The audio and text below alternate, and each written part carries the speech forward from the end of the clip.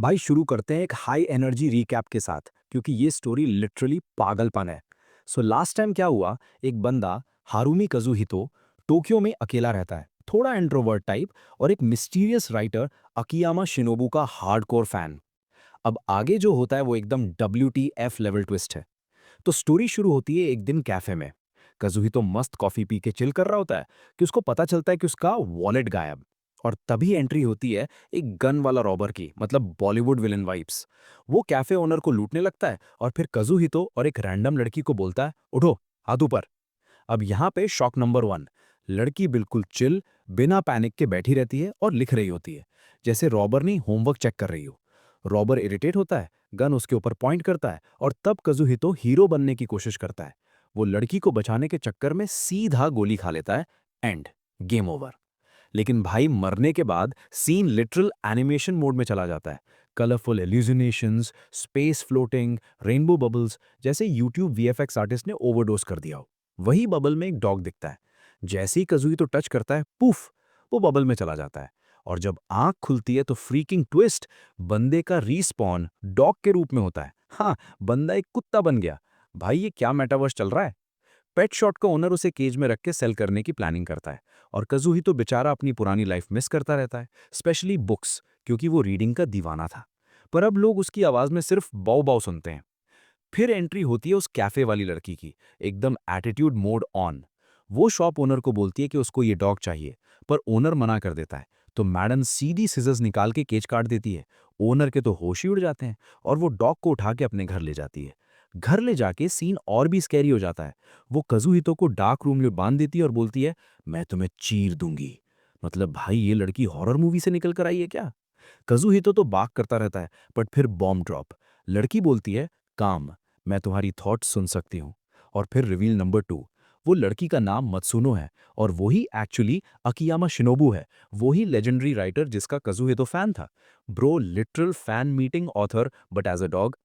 जब मत्सुनो को पता चलता है कि कजुहितो ने उसको बचाने के चक्कर में गोली खाई थी, तो पहले गिल्टी होती है, फिर बिना कॉन्टेक्स्ट के वॉशरूम जाके लॉन्जरे पहन कर आती है। मतलब भाई लेडी व्हाट। कजुहितो बेचारा डॉग फॉर्म में ऑकवर्ड, ऊपर से वो उसको मॉक कर देता है, फ्लैट चेस्ट। और फिर मैडम का मूड इंस्टेंटली स्वीट हो जाता है।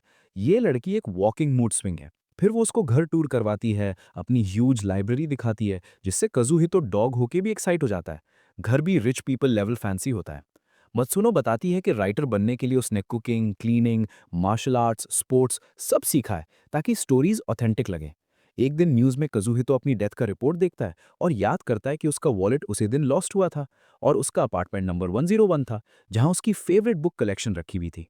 मत्सुनो इसके थॉट्स पढ़ लेती है और किसी को कॉल करके बोलती है कि कजुहितो के घर की सारी इन्फॉर्मेशन निकाल के दो।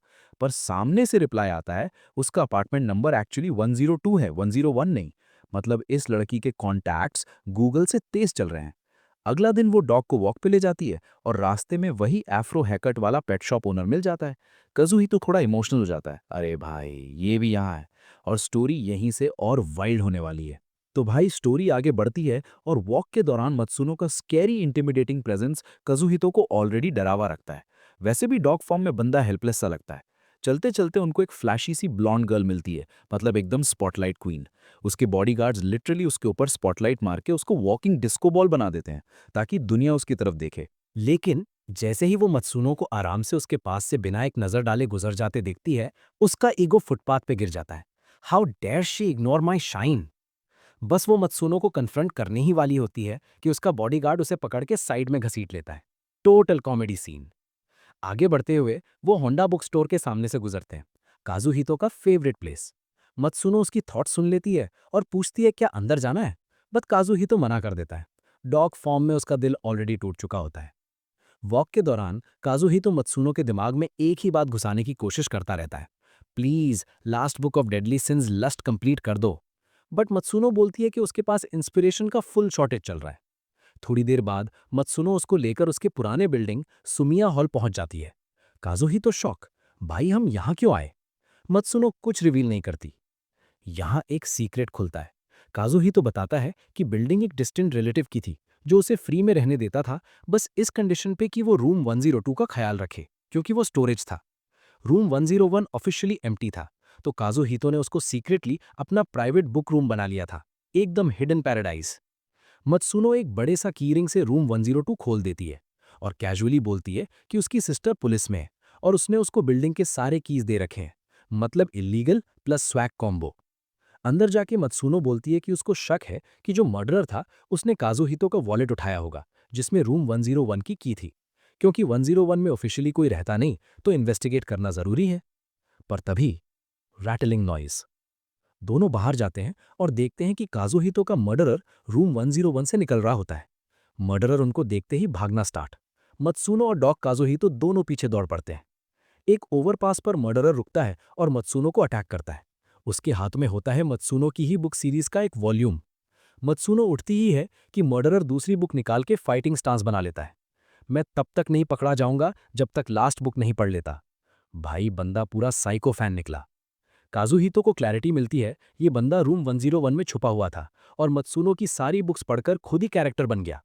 फाइट स्टार्ट होती है और काजुहितो नोटिस करता है कि दोनों नेमलेस फिस्ट स्टाइल यूज कर रहे हैं, वही फाइटिंग स्टाइल जो मत्सुनो ने अपनी बुक्स में क्रिएट किया था। मर्डरर तो हिप्नोटिक मूव्स भी यूज करता है क्योंकि उसने मत्सुनो की वो बुक भी पढ़ रखी थी। सीन एकदम एनिमे लेवल फाइट बन जाता है। मत्सुनो स्मार्ट मूव लगाती है। वो एक ट्रिक यूज करके मर्डरर की पॉकेट्स कट कर देती है और उसकी दो और बुक्स नीचे गिर जाती हैं। मर्डरर बुक्स बचाने में बिजी हो जाता है और मत्सुनो चाहे मोमेंट ग्रैब कर लेती है। वो उसके सारे 6 बुक्स छीन लेती है और एक परफेक्ट किक मार के उसको रेलिंग के ऊपर लटका देती है। फिर मत्सुनो बोलती है, काजुहितो पुश हिम, डॉग होके कोई पाप नहीं लगेगा, रिवेंज ले लो। भाई ये लड़की जब सीरियस होती है तो फुल विलेनस मोड में आ जाती है। काजुहितो इसके उल्टा करता है, मर्डरर को उठाकर सेफ साइड में रख देता है। वो बोलता है, मैं रिवेंज नहीं चाहता, उसको मारने से मैं इंसान नहीं बन जाऊंगा और मुझे मरना अलाउड नहीं, मुझे लास्ट बुक पढ़नी है। इस पर मत्सुनो अंदर से हिला हुआ फील करती है। उसको गिल्ट होता है क्योंकि काजुहितो उसको बचाते वक्त मरा था, जब वो कैफे में भी राइटिंग में बिजी थी। काजुहितो उसका डाउट क्लियर करता है, तुम्हारी गलती नहीं है, मैंने तुम्हें बचाना चाहा, तुम्हारे लिखे हर शब्द से मैं तुम्हें समझ चुका हूं। ये सुनकर मत्सुनो रो पड़ती है। मर्डरर को नहीं मारने का डिसीजन ले लेती है। रात को घर जाते हुए मत्सुनो सॉफ्टली कन्फेस करती है कि उसको काजुहितो के लिए कुछ वियर्ड स्ट्रेंज फीलिंग्स आ रही हैं, बट वो इससे कह नहीं पा रही। और बस स्टोरी यहां से और रोमांटिक क्योटिक मोड में जाने वाली है। रात को मत्सुनो अपनी नेक्स्ट बुक लिखने की कोशिश करती रहती है, बट काजुहितो सो जाता है और फिर उसको एक वियर्ड नाइटमेयर आता है।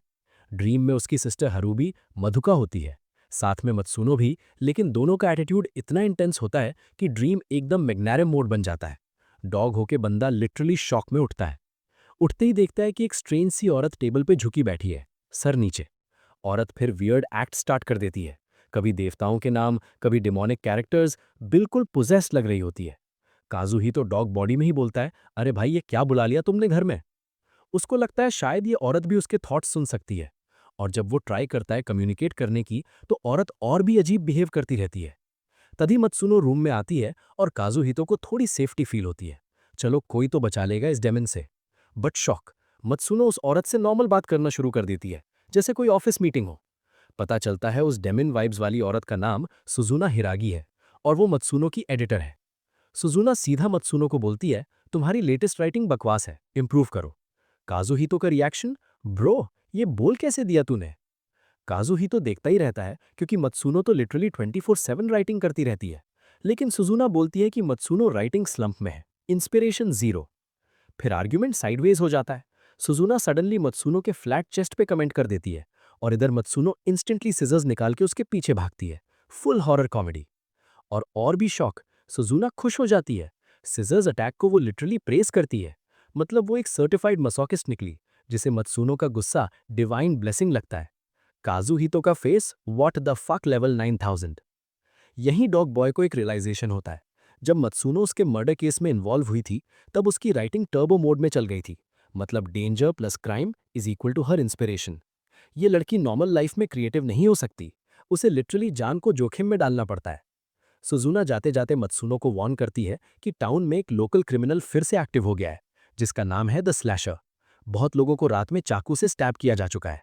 काजुहितो मात्सुनो से स्लम्प के बारे में पूछता है और पता चलता है कि स्लम्प एग्जैक्टली 3 महीने पहले स्टार्ट हुआ, जिस दिन काजुहितो गोली खा के मरा था और मात्सुनो के पास आ गया था। मात्सुनो फुल ब्लेम डॉग पे डाल देती है और पनिशमेंट में सिजर्स लेके डॉग को पोक कर देती है। तुम्हारी वजह से स्लंप आया। कुछ देर बाद सुजुना फिर से आती है और बताती है कि स्लैशर दोबारा एक्टिव हो गया है। सारे विक्टिम्स को वॉक करते टाइम स्टैप किया गया। मात्सुनो का दिमाग तुरंत खुल जाता है। एडिटर जी, तुम बेट बन जाओ। स्लैशर तुम पे अटैक करेगा और अगर तुमने उसे पकड़ लिया तो मैं तुम्हारे साथ स्पेशल अब्यूज रिवॉर्ड दूंगी। और मैडम सुजुना हैप्पीली रेडी हो जाती है। Yes please. भाई, एडिटर कोई नॉर्मल इंसान नहीं है। फिर मात्सुनो खुद इन्वेस्टिगेशन के लिए निकल पड़ती है, जबकि उसकी पुलिस वाली सिस्टर ने मना किया था। काजुहितो डॉग फॉर्म में उसके पीछे पीछे चलते हुए वो होंडा बुक स्टोर पहुंचते हैं, जहां साकुरा, ओनर की बेटी, और उसकी छोटी बहन यायो मिलती हैं। यायो डॉग काजुहितो में बहुत इंटरेस्ट लेती है, जैसे क्यूट टॉय हो। मात्सुनो साकुरा से स्लैशर के बारे में पूछती है। पता पड़ता है कि एक लड़की ने आकियामा शिनोबू की बुक यूज करके स्लैशर से फाइट किया था, और बुक स्टोर के ओनर बोलते हैं कि एक और बंदा स्टोर से बुक लेके निकला और अटैक हो गया। वापस रोड पर एक आदमी मिलता है जो बोलता है कि स्लैशर ने उसके कलीग को अटैक किया और वो कलीग कैफे में आकियामा की बुक पढ़ रहा था। मात्सुनो और काजुहितो दोनों का दिमाग एक ही कंक्लूजन पे आता है। Slasher attacks are connected to Akiyama Shinobu की बुक्स। चलते चलते वो फिर से उस फ्लैशी ब्लॉन्ड गर्ल से टकराते हैं, मैक्सी आकाजुकी। मैडम स्पॉटलाइट में एंटर होती हैं जैसे अवार्ड फंक्शन चल रहा हो। काजुहितो को पता चलता है मैक्सी एक celebrity idol plus best selling author भी है। उसके साथ एक और राइटर राइवल हिनहेजी। मैक्सी का ऑब्सेशन एक ही चीज पर सेंटर्ड है, मात्सुनो को इग्नोर नहीं करने देना, उसको अटेंशन चाहिए। मात्सुनो ऑब्वियसली उसको बिल्कुल भाव नहीं देती। अटेंशन ग्रैब करने के चक्कर में मैक्सी फिर से फ्लैट चेस्ट पे कमेंट कर देती है और अपनी ब्रेस्ट्स फ्लेक्स करने लगती है। मात्सुनो का बीपी इंस्टेंटली 200 प्लस हो जाता है और वो रेडी होती है फाइट के लिए, बट मैक्सी का बॉडीगार्ड उसको उठा के ड्रैग कर ले जाता है जैसे बकरी को पकड़ के ले जाते हैं। मात्सुनो और काजुहितो आगे वॉक करते हैं और कमोशन सुनते हैं। आगे जाके देखते हैं कि पेट स्टोर ओनर को स्लैशर ने अटैक किया है, और यहीं से स्टोरी नेक्स्ट क्रेजी टर्न लेने वाली है। स्लैशर का हमला सबको हिला देता है, लेकिन नात्सुना पूरी तरह सुरक्षित रहती है। वो घबराए हुए भीड़ में इधर उधर देखती है और एक संदिग्ध आदमी पर नजर पड़ते ही उसके पीछे दौड़ पड़ती है। इसी बीच खजरेदा एक सुनसान गली में द डेडली सिन सीरीज की एक रहस्यमयी किताब पाता है, लेकिन जैसे ही उसे उठाने जाता है वो एक जाल में फंस जाता है।